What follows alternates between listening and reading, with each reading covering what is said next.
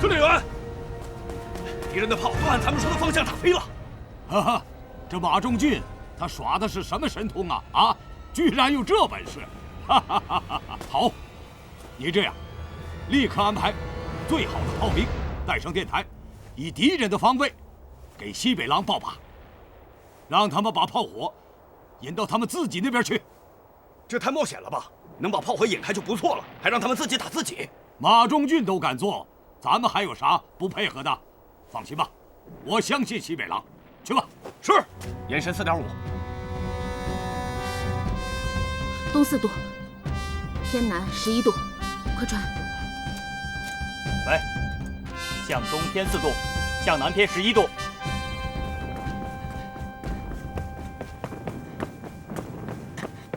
少爷，程芳问你怎么跟落霞山联系的？炮弹都打到自己的队伍里去了。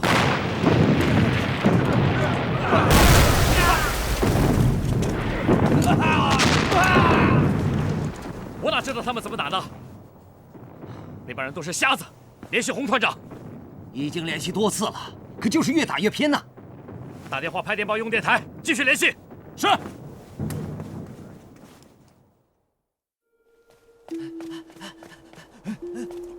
长官有令，不能进去。牵制急电。跟你说了，你若硬闯，先斩后奏。不信你试试。出大事了！咱们炮都打歪了，还打伤了自己人。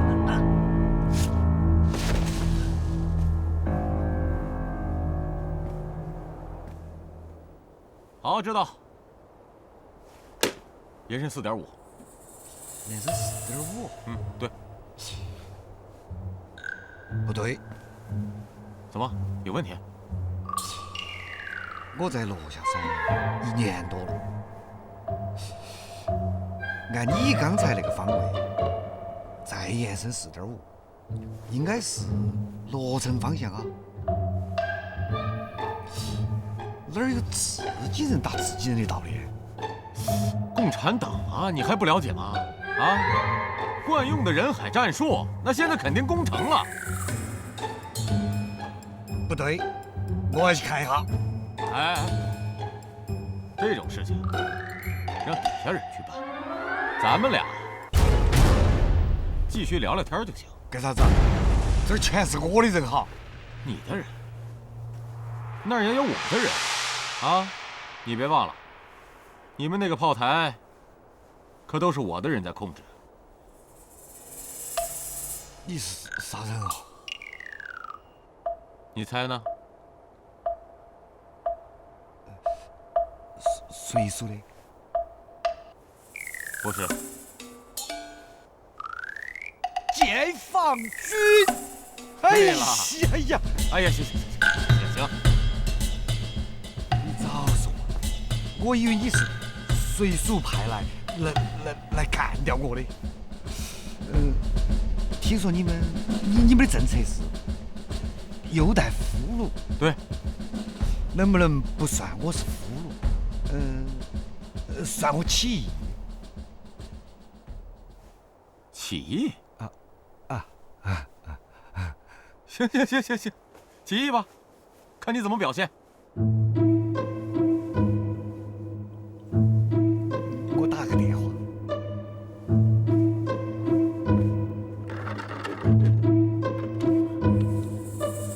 啊，延伸4.5。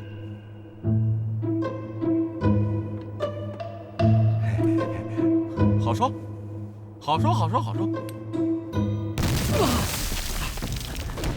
奇怪，共军的远程炮在哪里啊？好像是从落霞山那边打过来的。什么？这炮好像是从落霞山方向飞过来的。落霞山，我们自己的炮，他们打谁啊？他们瞎了吗？感觉他们是越打越近。哼，混蛋，走！给我听令，全面发起总攻！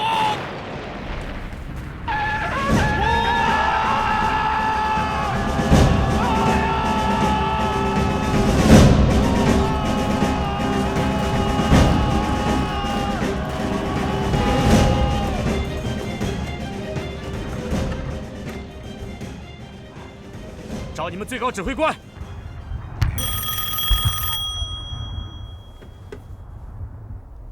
喂。哦，哎，找你的。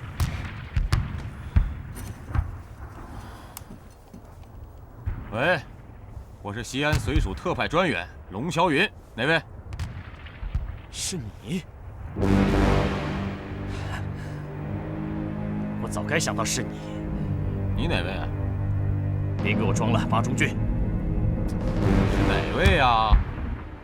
我是龙霄云。龙霄云？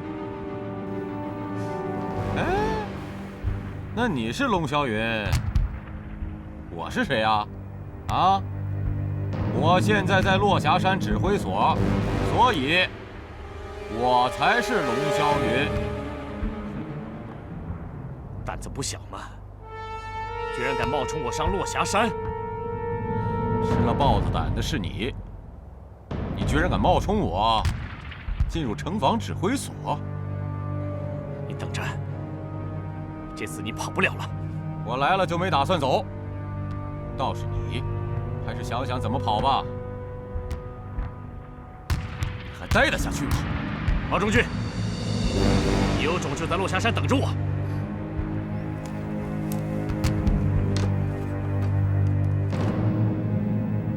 张副官，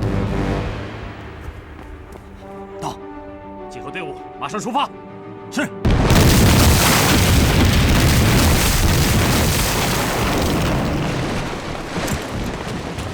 少爷，洛城已经失守，长官部要我们迅速撤往镇阳。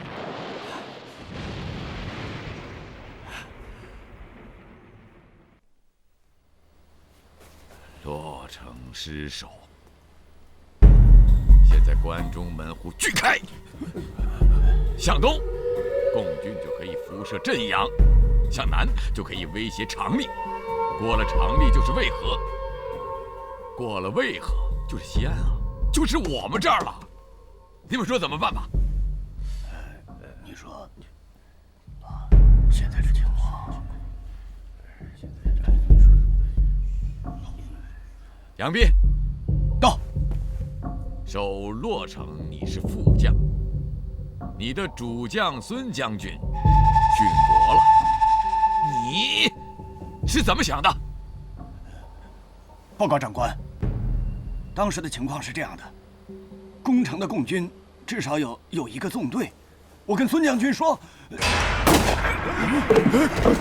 杨斌，长官，您这是？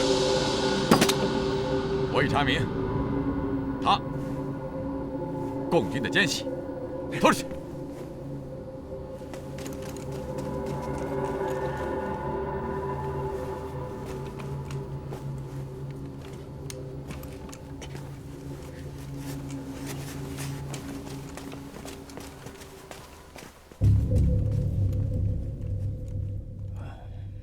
要占领关中，威胁西安。共军的下一步，不是东打镇阳，就是南打长历。看来，我的乳罗山要塞终于要登场了。诸位，当年法国为抵御德意啊，修筑了马奇诺防线。现在，你们就要依托我经营多年的这个东方马奇诺，把共军的主力绞杀在立北。这条要塞，西起洛城大禹河，东接长历，这中间绵延20多公里都有固定工事，把洛城、镇阳、长历连接成了一个三角防线。国民党把这个地段叫关中铁三角。什么关中铁三角啊？我发现国民党这帮人呐，这别的不上心，就好起个名字什么的。大胡子说的没错。东方马奇诺，就连名字都起错了，这马奇诺防线也没保护得了法国呀。就是啊，咱们现在也有条件，在立北一线和胡儿子的主力来一个大决战，把他什么金三角全给他砸个稀巴烂。但不是现在，为什么？我们现在应该乘胜追击呀！司令员，你一向是闷头往前打的，这回我不但不冲了，而且还要向北撤。撤。少爷，少爷，你怎么一个人跑到这儿来了？护理们出来转转。今天主任大发脾气，在办公室一枪就把人给崩了，好多人都说没见过他发过这么大的脾气。我们来陕西多久了？2年吧。我们从延安打回了渭河，我们还拥有数倍于敌人的兵力，却打成了旗鼓相当。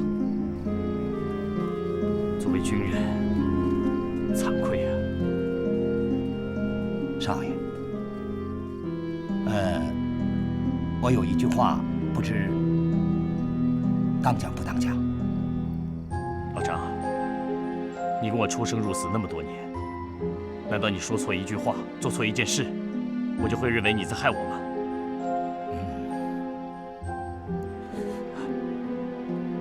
那我就直说了。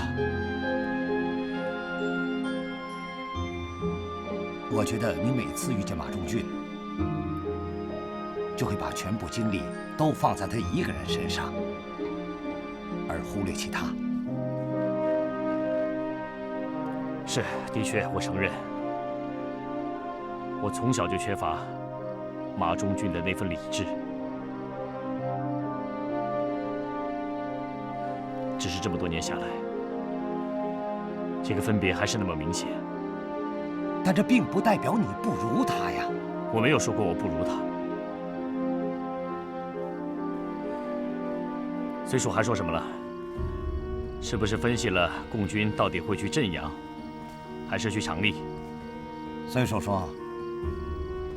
共军一定会继续向南，不仅仅是为了控制渭河，威胁西南。我们只要依靠东方马奇诺，就能一举把他们消灭在利贝。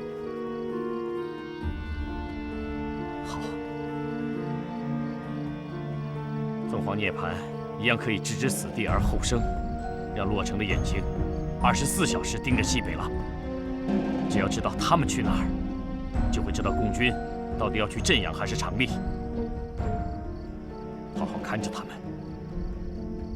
大反攻即将开始。队长，吃饱了。慢慢吃。哎，吃饱了？吃饱了。还有水盆羊肉呢。不吃了。不吃了。不吃了。哪来的水盆羊肉？老百姓送的，说是特产啊。呵，水盆羊肉是好东西啊。当年那个李自成出去打仗的时候，老百姓就是用的水盆羊肉送的他。到时候啊，大家都尝尝啊。好，队长，我闻不了那膻味，我先走了。行，小胆，慢慢吃啊。作战处来电了，说在城里可能有国民党的钉子，让我们在行动的时候一定要小心点。眼线？我带他们兜兜风吗？作战处说了，总之注意隐蔽就行。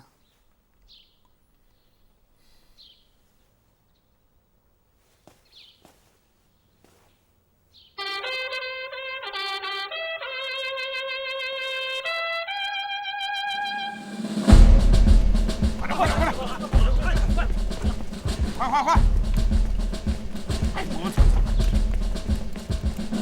快点！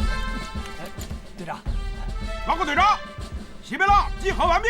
好，全队都有，向左转，齐步走。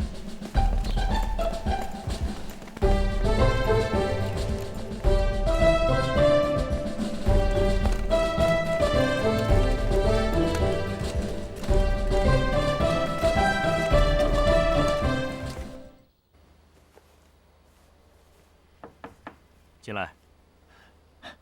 少爷，西北狼有行动了。怎么了？他们离开了东门，而且速度很快。东门？东门很有可能是冲着镇阳来的，马上集合。是。立定。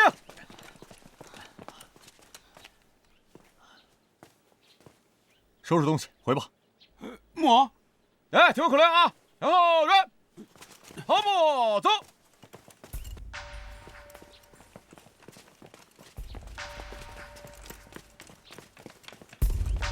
龙长官，龙长官，停！报告龙长官，洛城来消息说马中俊又回去了。什么？回去了？是不是他们改变计划了？有可能。我们也回去。全体都有，小转，跑步走。都吃饱了吗？吃饱了。小组准，跑步走。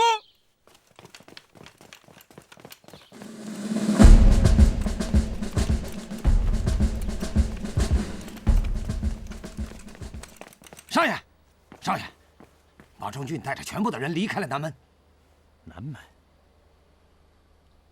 他们八成是要赶着去长利，立刻整队。哎，兄弟们还没吃饭呢，你等等吧。等吃完饭，他们已经走了。走吧。哦。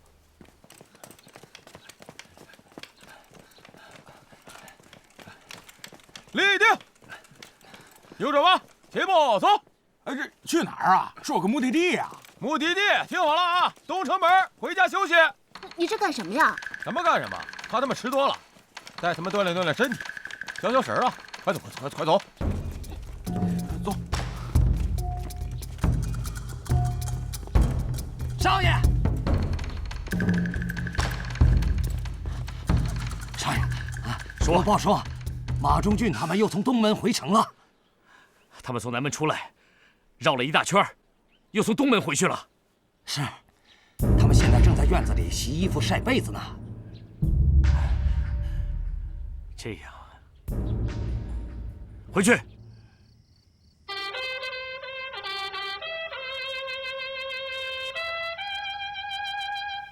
集合，集合，集合！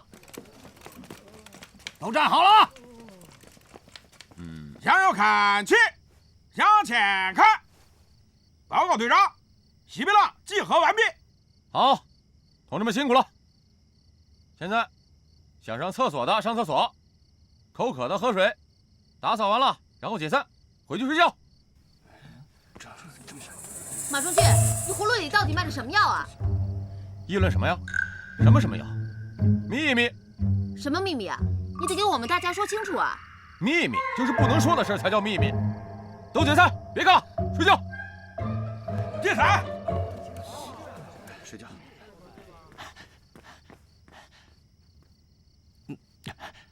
他们起来转了一圈，现在回去睡了。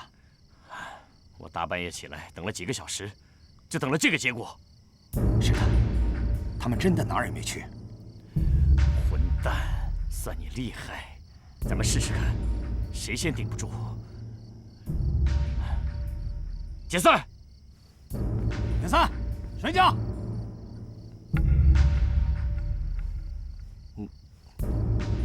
我在想，他们是不是还没有部署好下一步的行动啊？马中俊是想把我们脱皮了，再趁机溜走。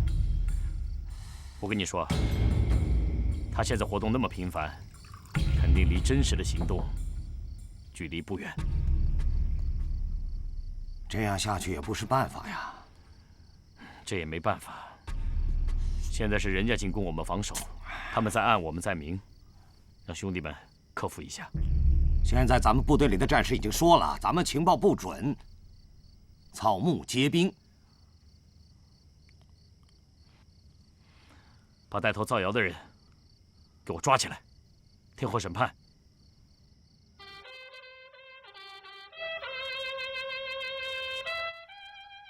报告长官，西北狼又集合了。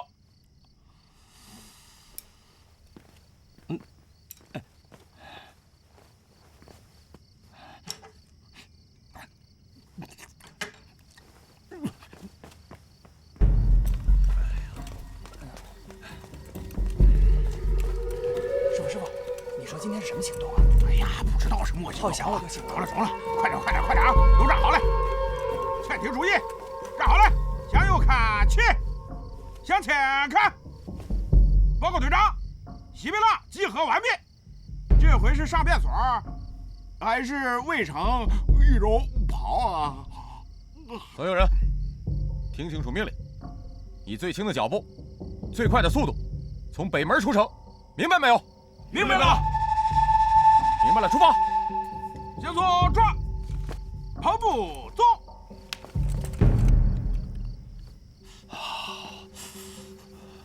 其他人呢？他们都刚睡下，起不来床了。什么？这是军令，只要活着就要起来，没有讨价还价的余地，否则军法处置。是。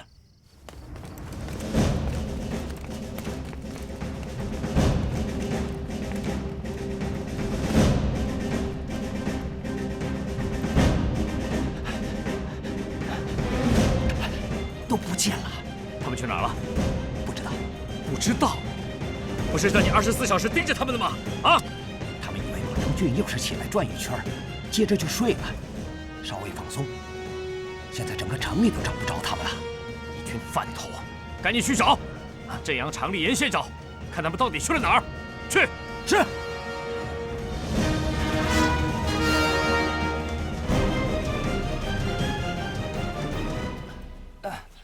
着急，翻过这座山就是龙门渡，原地休息5分钟。队长，放着康庄大道不走，翻夜山干什么呀？翻山是为了安全。渴了赶紧喝水啊！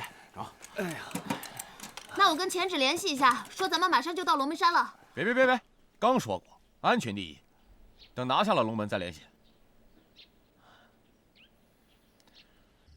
我儿子决心死守他的东方马奇诺。如果这时候我们跟他决战，必然要付出很大的代价，所以我决定给他来个3级跳，绕过眼皮子底下的镇阳跟长历，直打敌人后肋，夺取东府重镇秦城。明白了，去秦城，打通黄河咽喉。不错。中原野战军和华北军区部队围攻太原，18兵团现在已经到了黄河东岸，准备入陕。到时敌人一定会借助黄河天险死拼，搞不好还会炸毁黄河大桥。我明白了，您准备让西北狼从背后奔袭黄河龙门渡，迎接18兵团入陕。只要18兵团一部安全过河，我们就如虎添翼。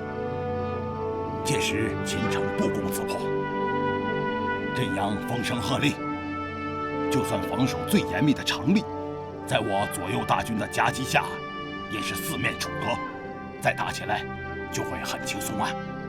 明白了。好，西北狼绕道北山，长途奔袭龙首山龙门渡口，绝不能让敌人回过神来。决战吧，喝水。行了，喝的差不多了。这2天你们也吃饱了，睡足了啊。等拿下了龙门，到秦城歇个够。走了，走。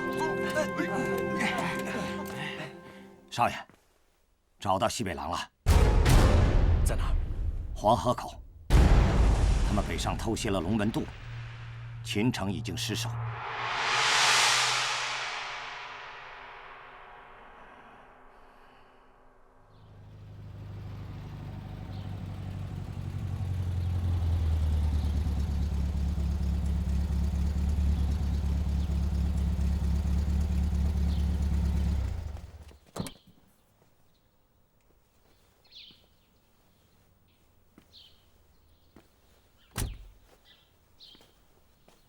胡主任，您怎么亲自来了？这是前线，很不安全。是吧？可是不久之前，这里还是我的大后方呢。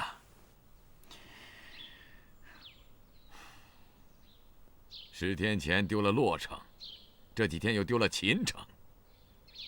1周之内，共军的战线向前推进了60公里。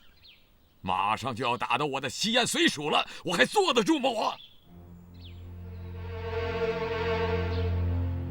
今天是来你们军看一眼，看看我的这些前线将军们都在干些什么。您放心，我们还有乳螺山的要塞，我在东线已经做了严密的部署。说句掏心窝子的话，你们也知道，这条东方马奇诺是我最后的屏障了，也是我们最后的希望了。可是长官，恕我直言，我预计共军正面部队已经超过20万了，而我们固守要塞加上部署在渭河防线的部队，已经不到15万了。共军攻打我们，为什么以少胜多？我们为什么不行？况且我们还有20公里的永固工事，所以我们要以逸待劳。你们的困难，主任已经知道了。所有上校以上官所的家眷，我们派专机送往汉中了。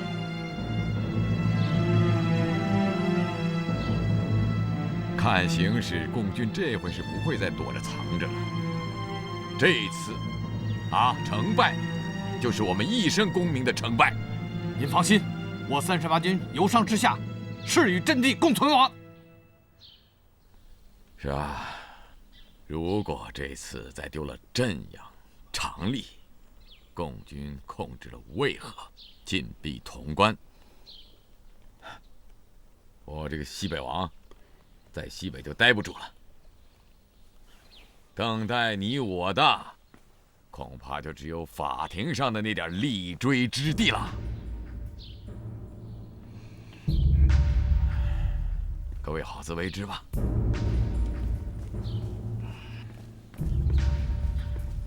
国民党第17、第38、第36军驻守长荔县城及其以北地区；第76军、第90军驻守蒲城；第1军、第65军分别驻守耀县、富平、兴平。这基本上就是国民党在渭北一带的防线的全部情况了。那咱们的5个纵队跟国民党第17军打得怎么样了？自从昨天晚上第1346纵队向据守在永丰、醍醐的17军军部发动全面进攻以来，已经歼灭其48师大部，17军军部正在向西南方向突围。很好，上其拳掌，不如断其一指。第4纵队要继续追击，1、2、3纵队立刻转向东线，攻击38军。先把东方马奇诺给4个口子，给他们点下马威。是。可是，国民党也已经全力反攻我们，西府援军也朝这边赶呢。我已经调第5纵队西去打援了。我知道，这一仗是陕西最硬的一仗。秋天了，我们跟胡儿子这个西北王的总决战，终于还是来了。驾！驾！驾！驾！报告。什么？一个团才坚持了4个钟头，你的部队是干什么吃的？再上一个团，必须守住311高地。什么？反坦克炮？有反坦克炮，我还要你这个旅长干什么？用杠子枪，用手榴弹炸，我就不相信你连个铁疙瘩都对付不了。对，这就对了嘛。咱们的指战员都有无穷的创造力，挖好沟，埋炸药，也要把他制服喽。你呀，不能只考虑自己，要为整个战局着想。报告司令员，你小子们，没说你。司令员，你看我们都回来歇半天了，你也给我们下点什么指示啊？什么指示啊？没看正忙着吗？找他。好。哎，于处长，于处长，等一会儿。你小子什么时候冒出来的？我都来半天了，这也没人理我。哎呀，忙得顾不上了。哎，你说我们干点什么呀？这都休整了好些天了，从上到下一直没任务，这大伙干着急啊！哎呀，我还正说要找你呢。哎，情况是这样，现在部队正在进行大规模的正面作战，暂时还没有什么特殊任务。司令员可是把你们当宝贝呢好好待命吧待命？我堂堂的猎枪队，居然会成了预备队，这简直是侮辱。这可能是上峰对你的特意关照，等到关键的时候再委以重任。现在就是关键时刻，前面打得不可开交，我们却在这里待命。这样下去，猎枪队将会被彻底的葬送。再说，现在党国正处在危在旦夕的时刻，我却成了一个局外人。可是，没有可是，马上集合队伍。集合队伍，这可是严重的违纪呀！到了这个时候，还有什么违纪不违纪的？只要把仗打赢了，就算错也是对的。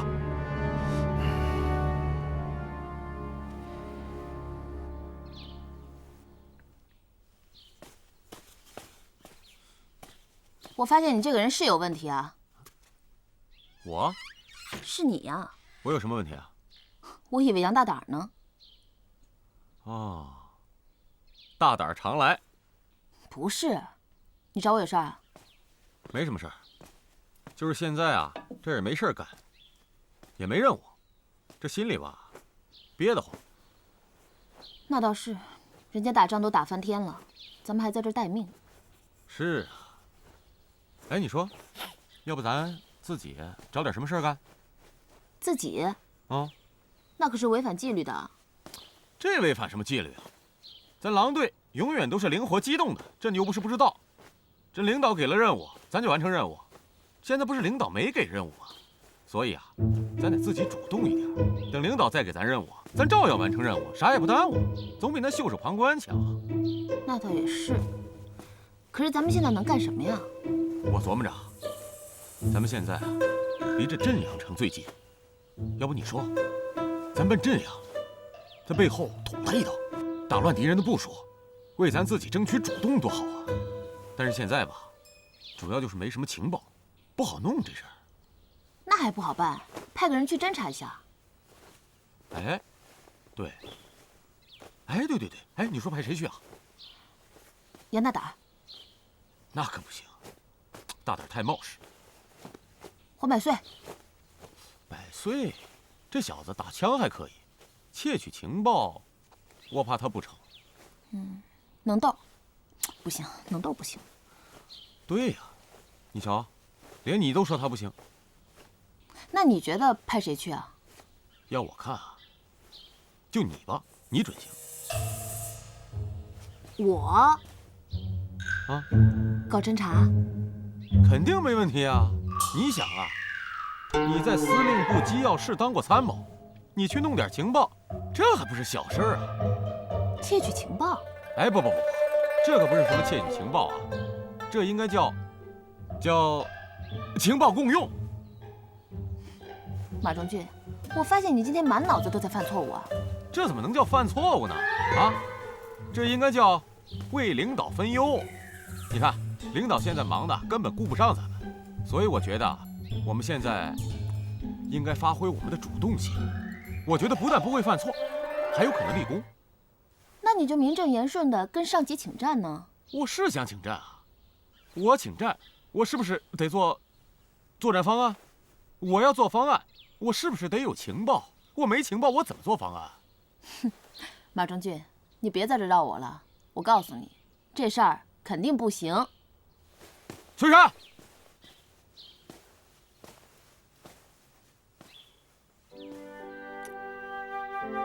你来咱西北狼，时间已经不短了。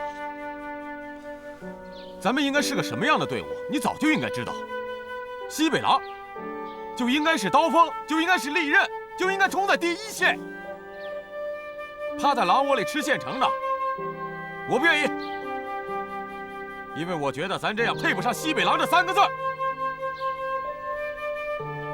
咱们为这3个字儿已经牺牲太多兄弟，小山北、王大眼、杨官儿，他们都在地下看着。我想让他们有点亮。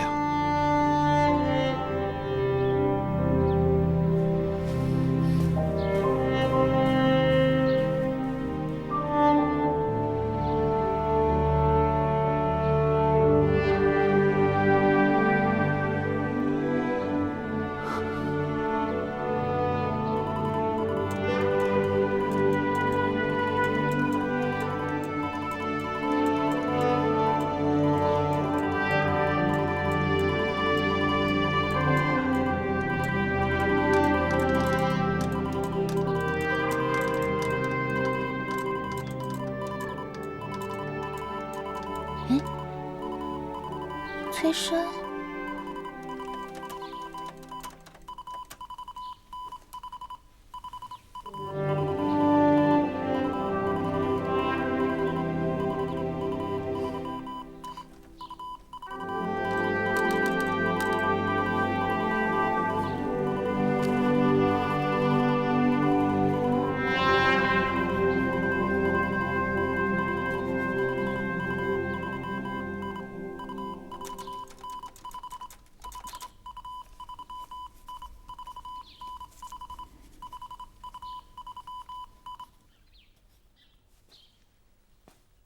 如果我这次判断没错的话，咱们应该能捞一个大的。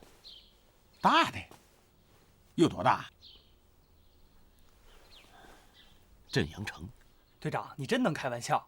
你要说骚扰啊，我相信，可这是攻城啊，这可不是咱强项。有了。翠闪，给。自从战役打响以来，镇阳城每天都源源不断地输出兵力，但是前3天突然安静了下来，没有一兵一卒出入。我说什么来着啊？空城，空城啊！怎么样？现在可以正式向上级请战了吧？这还请什么战啊？给前置发电，明天接管镇阳城。好。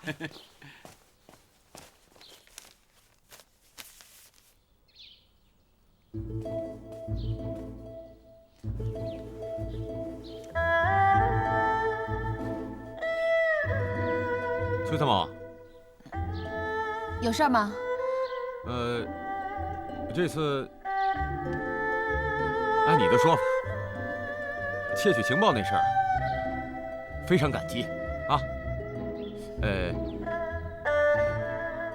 还有就是吧，感谢啊。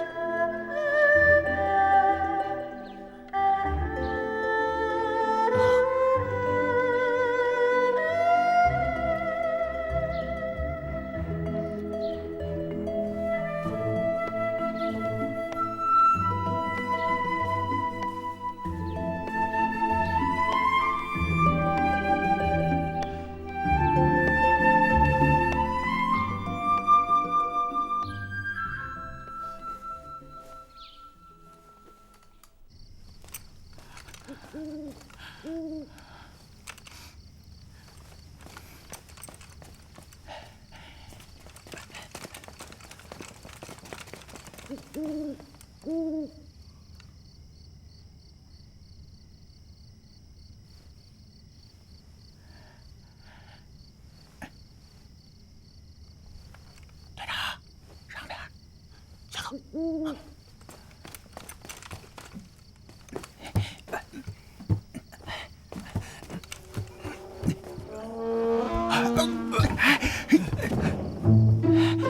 这门木上栓，还真是空城啊，连个卫兵都没有。队长，怎么办呢？现在？什么怎么办？下来吧，先。走。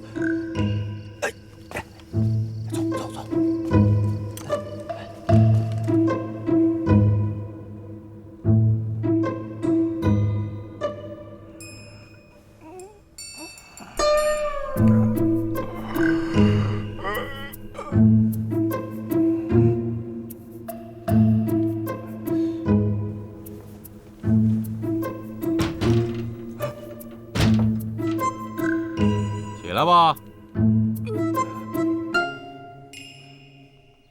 镇阳城破，驻城77师参谋长宣布投降，17军受重创，军部已经撤到兴平，38军全军将士战死阵地，乳螺山要塞东线已破，西线还在抵抗，一些重点永固工事被共军所占，对我们反击很不利。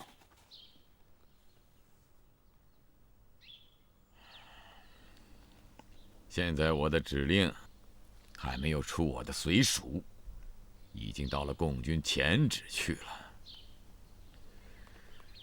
我的军官10个就有4个是共党分子，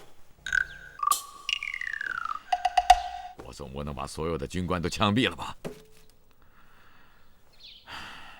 输了，我是输在情报了，叫他们都别抵抗了。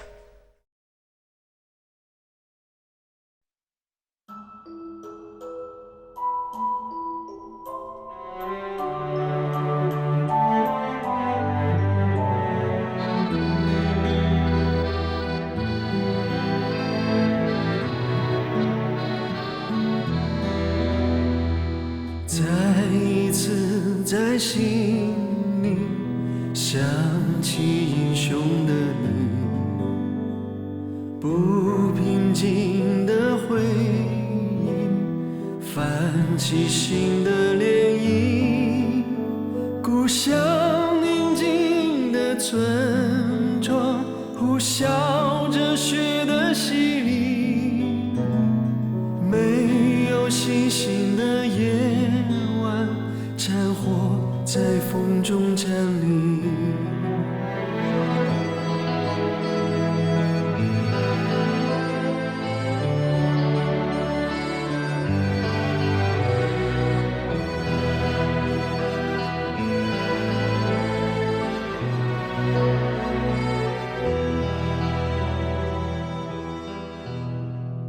这片黄色土地，绝望等待奇迹。西北儿女豪情，你经自强不息。告别亲爱的姑娘，穿上了我的军衣，请保重我的爹娘，儿行个标准军礼。为了心爱的家乡，血色染红了军衣，流尽最后一滴血，迎来了最终生命。为了心爱的家乡，血色染红了军衣，流尽最后一滴血，迎来了最终生命。啊，我亲爱的战友，请把我记在心里。